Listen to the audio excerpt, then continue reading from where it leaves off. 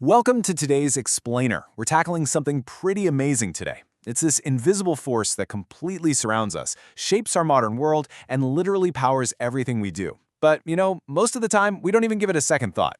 I'm talking, of course, about electricity. Today, we're going to break down how this incredible power goes from lighting up massive, sprawling cities all the way down to working inside the tiniest devices in your pocket.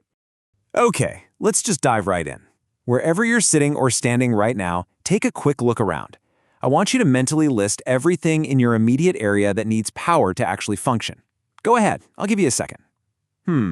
You probably spotted a phone, maybe a computer, the lights overhead, or even a refrigerator humming away in the background. It adds up crazy fast, doesn't it? A student named Nihal actually did this exact thing for a school assignment. He and his classmates started listing electrical uses in their homes, then their school, their neighborhood, and eventually their entire city. And honestly, the list just kept growing. To make sense of the whole shebang, they group things into categories. You've got entertainment, like your TV, communication, like your mobile phone, lighting for the streets, cooking with microwaves, transportation like trains, and of course heating and cooling. It really hits home just how heavily we rely on this energy. But here's the big question. Where does all that massive, citywide power actually come from? Well, to power all those categories, electricity has to be generated on an immense scale. We're talking giant windmills capturing the wind, huge fields of solar panels soaking up the sun, falling water rushing through massive dams, and large power plants burning natural gas or coal. This unbelievable amount of energy is generated miles and miles away and then travels through this incredibly complex network of wires right into our wall sockets.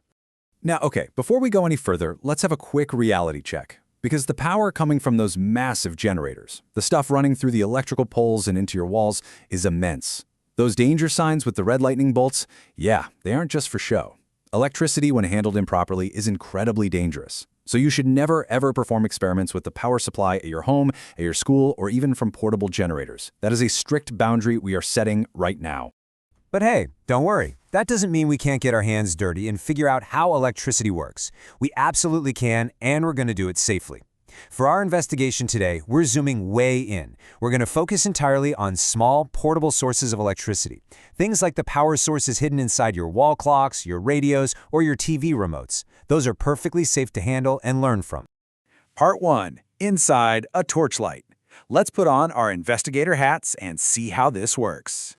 You've definitely used one of these before, a classic torchlight or flashlight. From the outside, it looks pretty basic, right? Hard plastic casing, a clear window at the front, and a simple switch right there in the middle. But what's actually happening when you interact with it?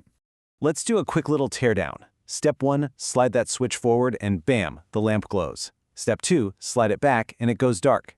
So we know the switch controls the flow. But step 3 is where it gets really interesting. If we twist that casing open, what exactly do we find hiding inside? Section 2. Cells and batteries. This is the beating heart of our device. Opening it up brilliantly illustrates the most fundamental unit of portable power, the electric cell.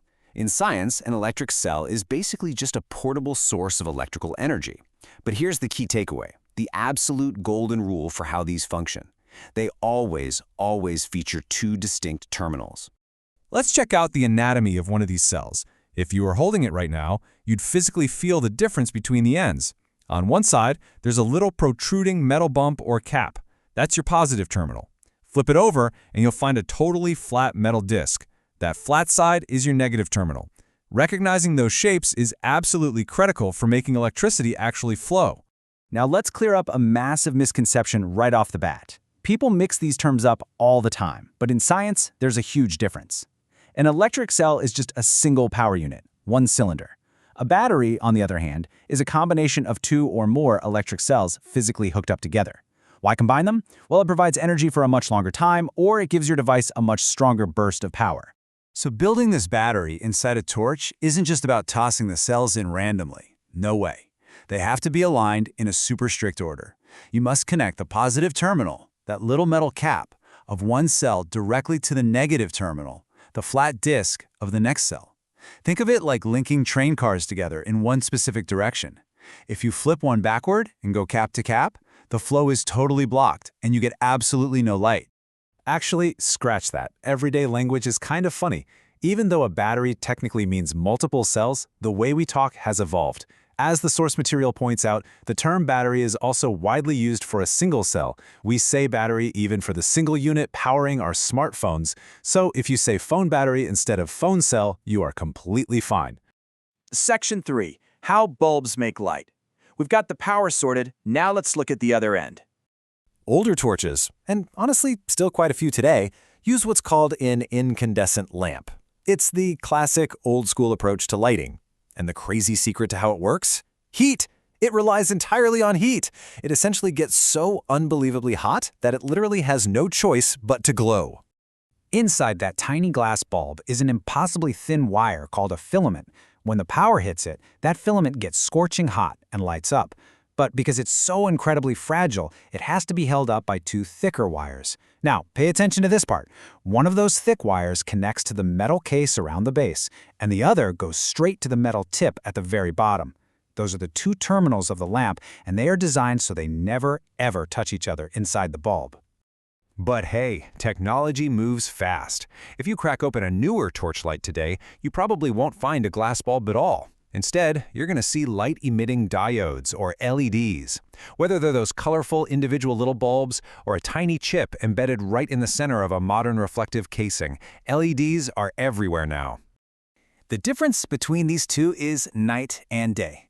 The classic incandescent lamp relies on that super fragile glowing filament wire. But LEDs, they completely lack a filament. There's no tiny wire bridging a gap. They use a totally different, highly efficient solid-state method to create light, which means they don't generate all that wasted heat, a real game changer.